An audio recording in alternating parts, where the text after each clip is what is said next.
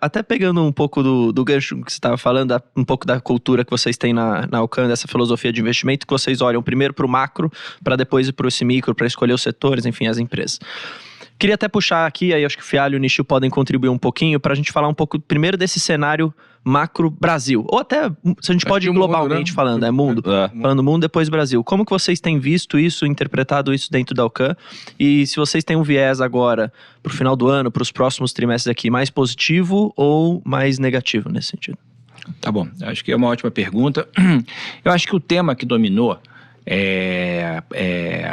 pós-pandemia foi... Você teve uma inflação de custos grande no mundo, e a gente perseguiu esse tema, que era uma inflação mais alta no mundo e juros mais altos por mais tempo no mundo. Eu acho que esse capítulo se esgotou um pouco. O capítulo agora é um pouco mais relativo, tá? Alguns países se descontrolaram um pouco, até por ter um macro mais frágil. Aí você pode pegar uma Argentina, uma Turquia como mercado emergente que se descontrolou, ou uma Rússia que teve um descontrolado em cima, né? Então também perdeu um pouco as oportunidades. Então você começa a separar um pouco nessa parte de mercados emergentes.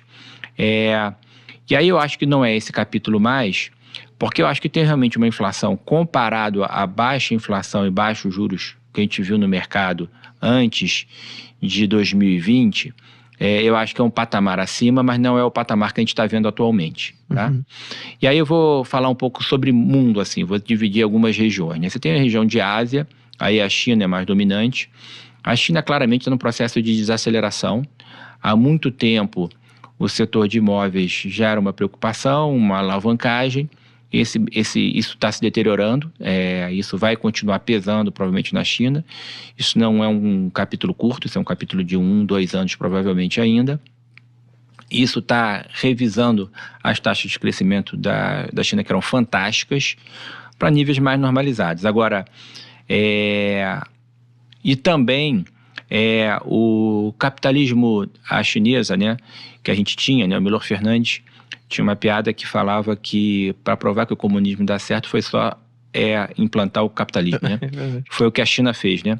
Mas esse capitalismo agora passou por um capítulo, que é um capítulo também bastante longo, né, do atual premier, que ele volta um pouco mais para o comunismo, vamos dizer, a preocupação social, do que o capitalismo. Então isso desincentivou um pouco a tomada de risco, várias empresas foram mais reguladas, e sempre que essas regras não são tão claras, isso fere o capitalismo, né? Isso feriu na Rússia, eu vi esse processo nos anos 90, de intervenção em empresa. Eu já vi mesmo em economias desenvolvidas como na Itália, ter um pouco mais de intervenção. Então isso acho que realmente atrapalha na China, e você não sabe exatamente o que você está investindo, você vai ter uma mudança de regra. Então isso fez, apesar da China ter umas vantagens comparativas muito grandes em tecnologia, as empresas, por exemplo, de e-commerce na China são fantásticas, isso tirou um pouco do foco do desenvolvimento desse mercado. Então a gente ainda olha essas empresas de tecnologia com menos lupa, porque acho que não é no nosso foco agora, e lá tem um processo de desaceleração, que nos faz crer que ela foi a principal impulsionadora de preço de commodities no mundo. Acho que ela não vai ser para o futuro.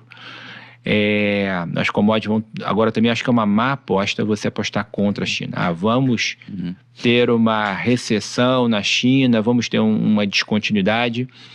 É muito difícil você acertar a recessão, principalmente o time de recessão. Eu provo por negação aqui, tá? Nós estamos tendo essa conversa aqui em agosto de 2023. 80% dos economistas, inclusive o nosso da Alcan, previa que ia ter uma recessão no quarto trimestre do ano passado na Europa. 80% dos economistas, inclusive o nosso, previa que você ia ter uma recessão nos Estados Unidos agora no meio do ano. E nenhuma das duas recessões. Então, os economistas normalmente preveem 10 de cada 1, 2 recessões que acontecem. E o nosso trabalho como gestor não é fácil, porque você tem que estar questionando o tempo todo o economista e o analista, né, de ações. Então não basta você ter um cenário, você tem que efetivamente agir e agir às vezes um pouco fora do consenso. Então você tem que ter uma humildade bastante grande. Então você apostar nisso, numa economia dirigida, eu acho que é uma aposta muito risco. Assim, eu acho que é uma má aposta do ponto de vista de retorno ajustado ao risco, tá? O Japão está bem, o Japão até subiu taxa de juros, acho que é uma economia interessante. Tá impressionante. O Japão, né? O Japão só é um pouco México, mais difícil. Né? A gente pegou um movimento de alguma coisa na moeda.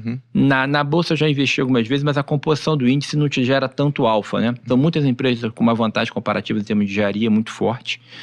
Mas em termos de transformacionais, eu acho que em termos de também expansão de margem não é tão forte. Eles têm a acuracidade do japonês, que é impressionante, não passa muito para a parte econômica, fica na parte de engenharia, então não tem muita expansão de margem, as empresas lá. Então é impressionante. A governança também é mais difícil, né?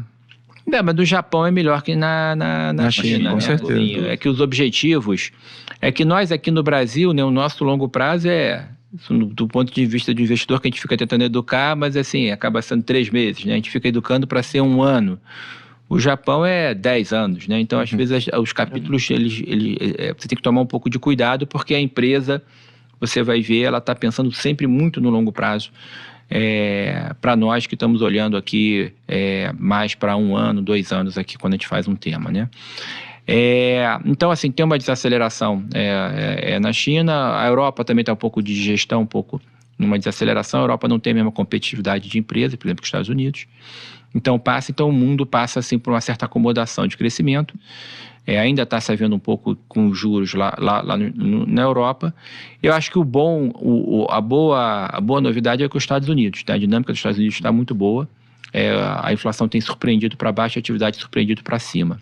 E aí, de novo, da mesma forma que eu acho que uma má pode se apostar contra a China, uma má pode se apostar contra os Estados Unidos, com a dinâmica da economia americana, com as empresas alfa que tem a economia americana. Então, olhando de perspectiva de investimento, a gente está investido mais nos Estados Unidos, está investido no tema de tecnologia. Desde o início da Alcan, há mais de 5 anos, a gente tem um time de tecnologia.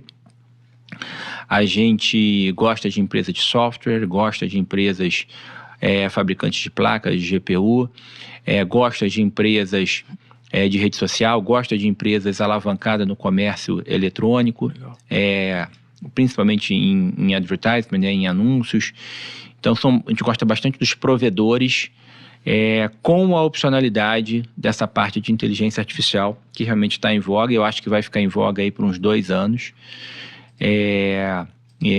Mas eu chamo isso de opcionalidade, tá? As empresas que a gente está comprando estão a média de múltiplos históricos, não são múltiplos, em geral, muito baixos.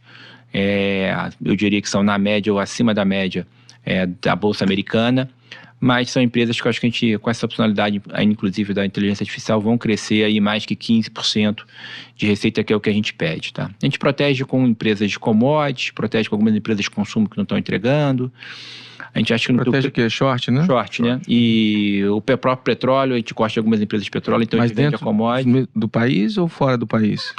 A gente está vendido também em empresas dentro do país, de consumo, a gente gosta muito de proteger as posições com o mesmo perfil de investidor que está operando, com o mesmo nicho, assim, porque eu vejo assim, muitas vezes, isso é uma lição aqui, se eu puder falar aqui nesse podcast, assim, as pessoas falam assim, não, o risco está na Treasury americana, que é a taxa de juros americana que está subindo, então eu tenho um portfólio aqui de ação no Brasil, eu vou proteger com os Estados Unidos.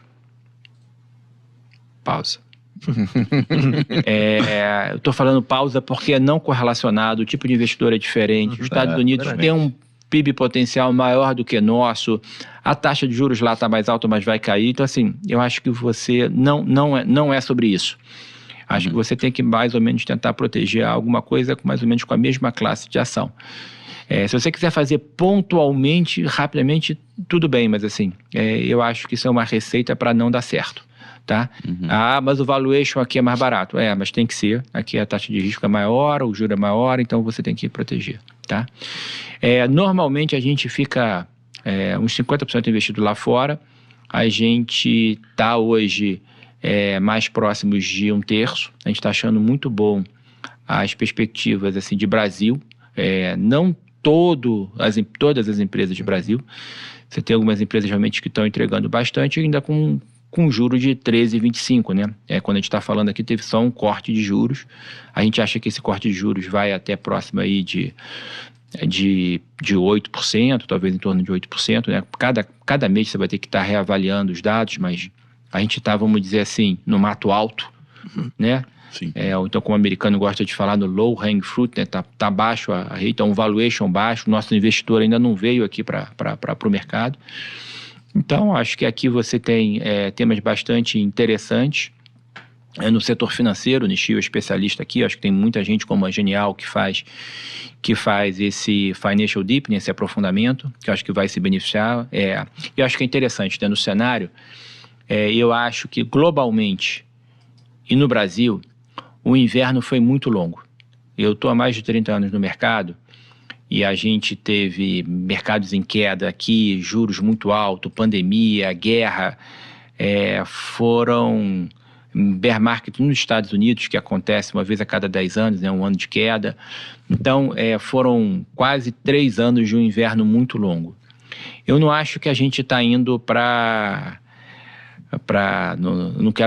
eu quero conter aqui a euforia, não acho que a gente não está indo para Shangri-La não, mas eu acho que a primavera também provavelmente vai ser longa, ou seja, os Estados Unidos está no final da alta de juros, há uma preocupação fiscal lá, uma preocupação fiscal aqui, eu acho que com o crescimento, acho que eles conseguem encaixar isso bem.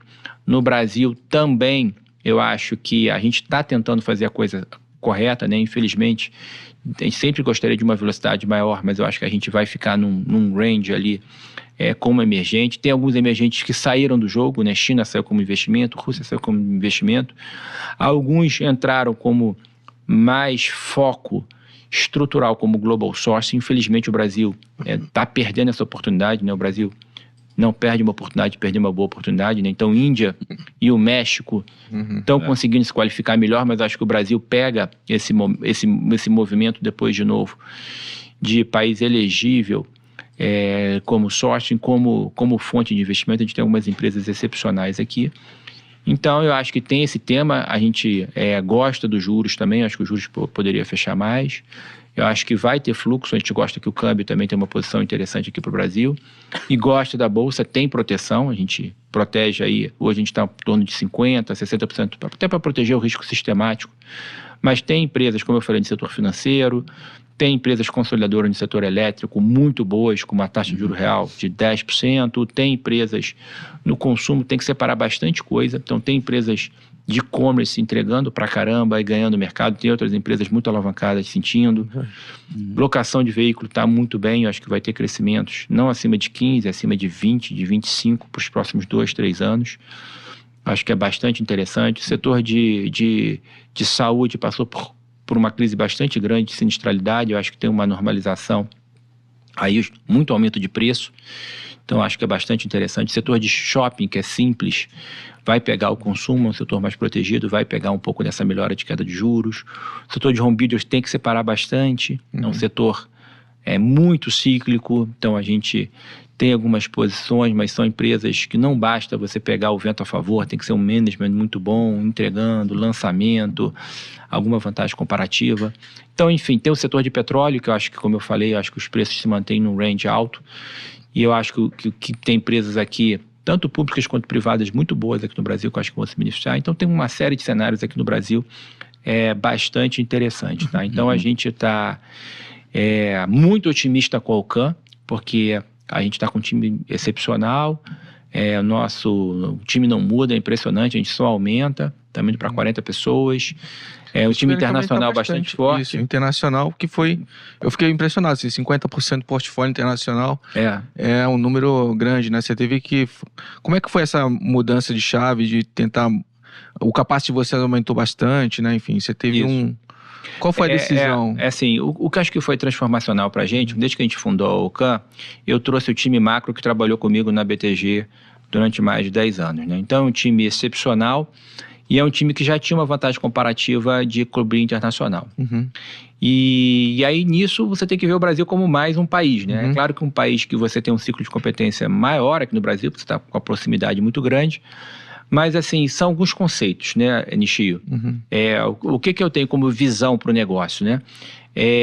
Você tem que ter a cobertura internacional, até para entender o que acontece aqui no Brasil, né? Então, te dou um exemplo, né? Recentemente o mercado aqui brasileiro passou por uma correção e o principal fator foi um aumento de juros nos Estados Unidos, principalmente nos Estados Unidos longo. Quem não entendeu isso não entendia exatamente o processo, não entendia por que as ações estavam caindo, o câmbio estava subindo, o juro estava abrindo. Então, assim, como a gente tinha esse cenário, eu te dou um exemplo, a gente até estava tomado, ainda está tomado nos juros longos nos Estados Unidos, isso conseguiu fazer uma proteção.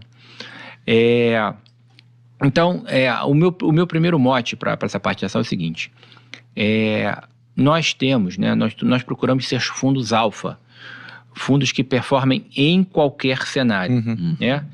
Como o americano chama, né, um dos nossos gurus é a Bridgewater para a OCAN, que é o Ray Dalio, que foi precursor dos All-Weather Funds, né, fundos para qualquer cenário. Então, e se o Brasil estiver ruim?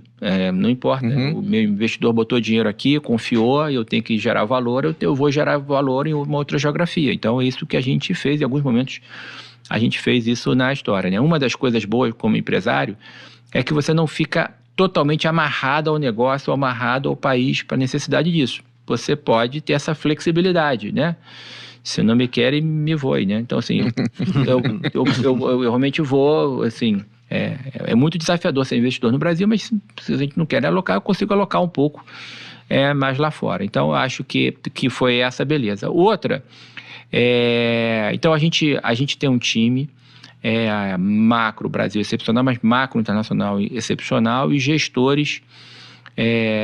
A gente cresceu muito. Como é que foi essa capacidade?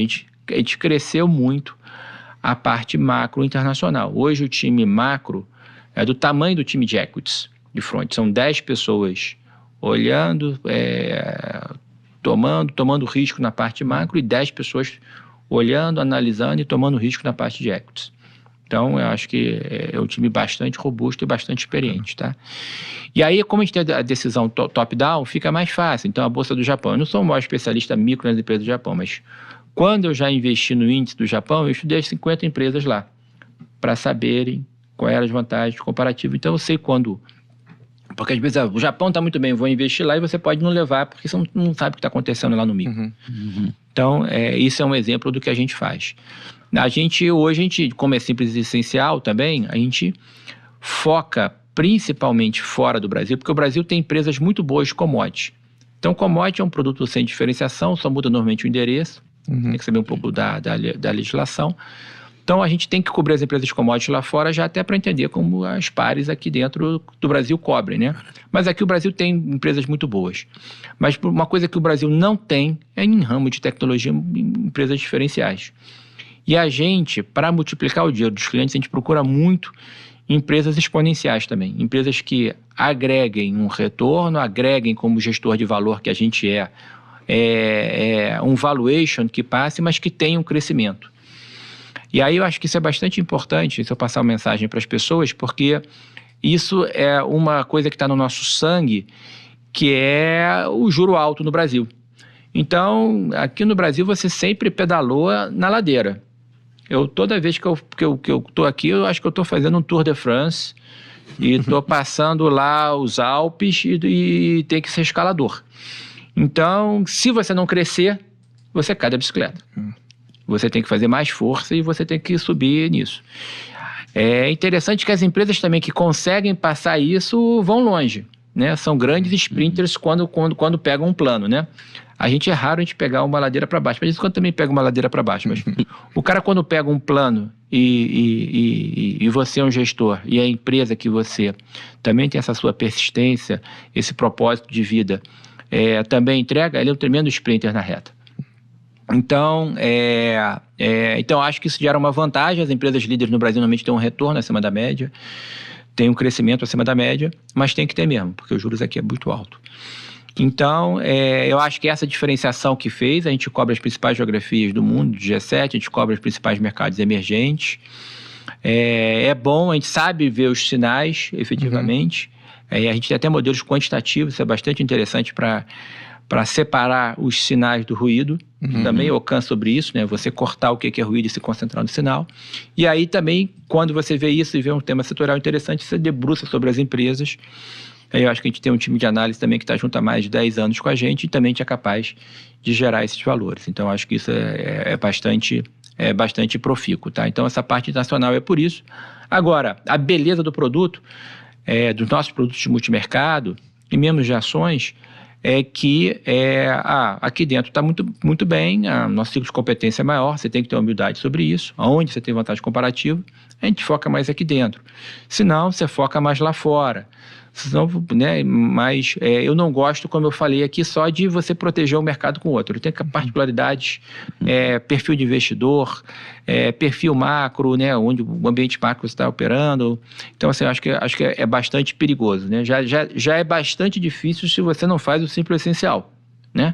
Se você vai complicar muito o seu portfólio, aí eu acho que fica muito desafiador.